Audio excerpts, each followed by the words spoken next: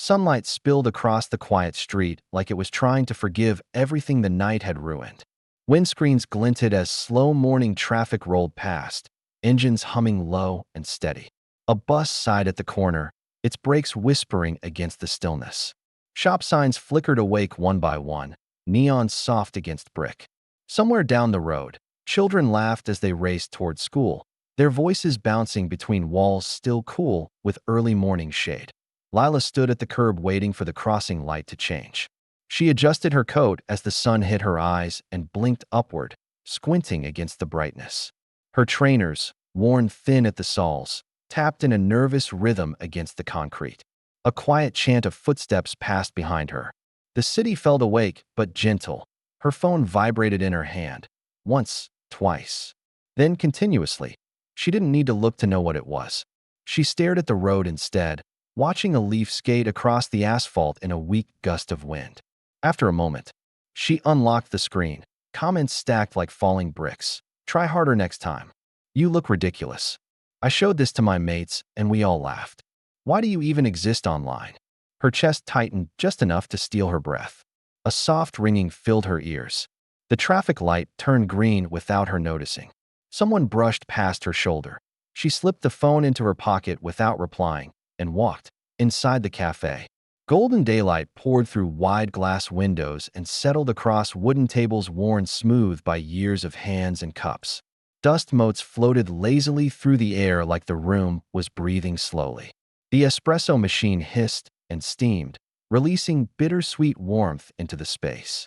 Cups clinked.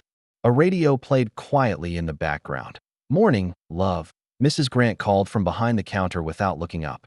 "You're early again." Lila tied her apron. "Couldn't sleep." Mrs. Grant glanced at her properly then. "You all right?" "Yeah," Lila said too quickly. At the far corner table sat a boy about her age. His hoodie was thin, gray at the elbows.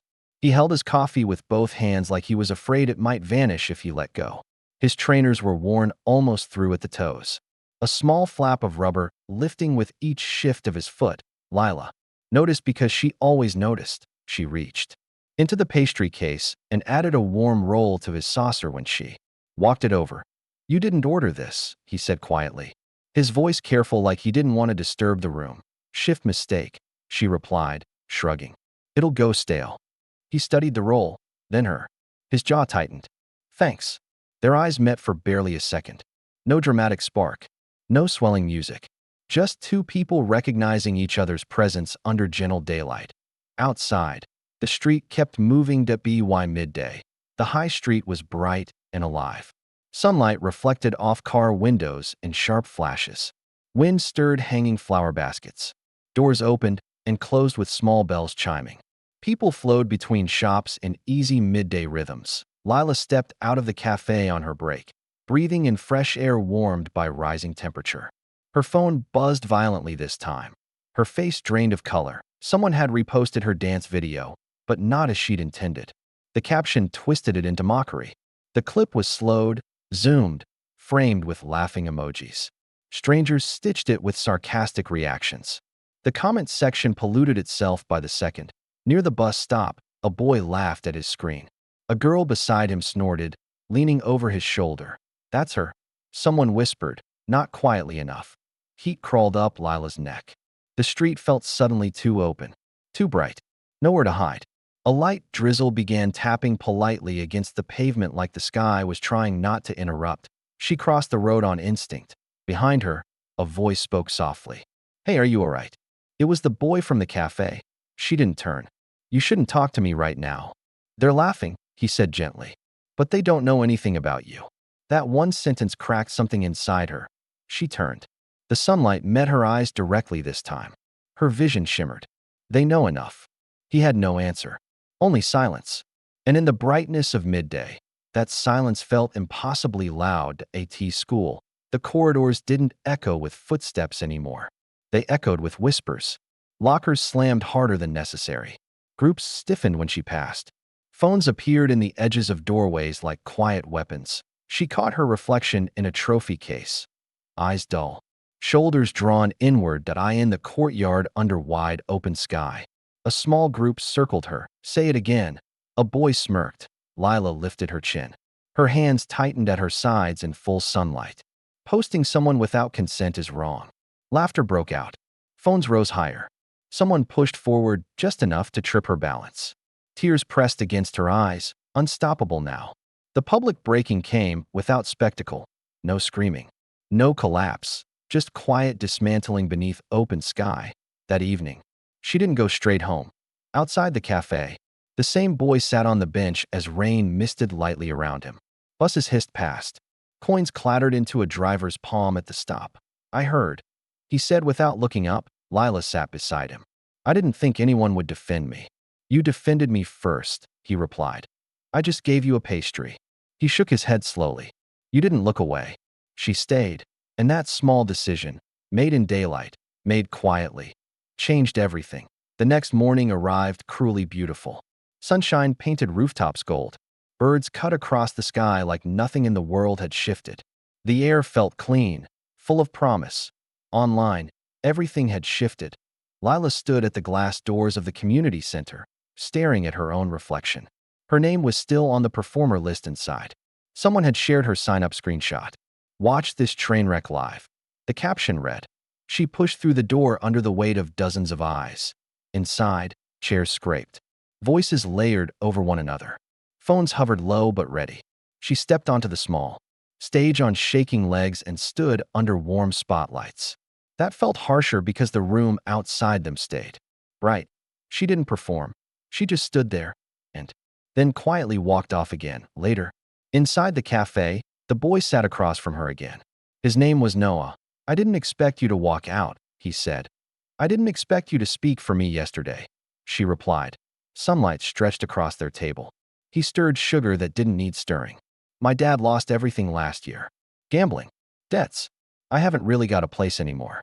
She hadn't known. She hadn't asked. Outside, a photo of them together appeared online within minutes. The caption accused. Twisted. Implied. Performative. Kindness. Clout chasing. Fake compassion. Kindness. Itself became suspicious. 2 days later. The confrontation happened in the community center courtyard at noon. Wide open space. No shadows to hide behind. A girl stepped forward. "You built your whole identity online. Now you can't handle it turning on you." Lila didn't respond. Her throat locked. Noah stood beside her. She didn't ask to be attacked. The girl laughed. Neither did the internet. The crowd tightened. Air thickened in sunlight. Lila's knees buckled, not from fear, but from exhaustion. Tears spilled without permission. For the first time, the phones captured truth instead of cruelty. Later, alone on a park bench, sunlight drifted across old buildings as children played nearby. "I don't know who I am without it anymore," Lila whispered. Noah listened. Then he told her about the learning app he once tried to build. The investors who pulled out. The tutors who volunteered anyway. The kids who still messaged him. Sometimes because no one else helped them. "You reminded me I still mattered," he said. That was when the direction shifted, not loudly, but permanently. The first public truth didn't come from Lila. It came from a digital safety organization, then legal advocates, then from Noah. Evidence replaced accusation. Context swallowed cruelty. Old posts resurfaced, exposing the original instigators. The mob slowed. Apologies trickled in where insults used to flood, but the damage had already carved its shape. Lila stepped away from school for weeks. She stopped posting entirely. Friends drifted until only 2 remained. Noah disappeared for 3 days. Silence again became the loudest sound. When Lila returned to the park one afternoon, she saw workers across the street repainting the cafe storefront. She hadn't known anything about it. 2 weeks later, a new sign appeared. Noah's table, community coffee. She crossed without thinking. Inside, sunlight danced through clean windows. Dust motes floated again in that same gentle way. Tables had been rearranged. There were notice boards on the walls, tutoring times, safety workshops, free meal hours. Noah stood behind the counter, standing taller than she had ever seen him. "You did this." "We did," he said. The truth arrived in motion. Free tutoring in the back. Community safety talks. Meals unpaid for anyone who needed warmth. Local teachers volunteered. Lawyers ran clinics on online harassment. Students came in shy and left brighter. "You didn't save me," she said quietly. "No," he replied. You noticed me. When Lila returned to school months later, there were no cheers, just quiet respect. One girl approached her at the lockers. I was wrong, she said. Lila nodded. Forgiveness felt heavier than pride, and stronger. Now, in the final afternoon light of a long, gentle day, Lila stood outside the cafe once more. Laughter drifted from inside. People leaned in conversation. Hands passed cups back and forth. Warmth spilled through open doors. She placed her hand gently on Noah's shoulder as he stood in the doorway. The streetlight flickered on as daylight faded, not into darkness.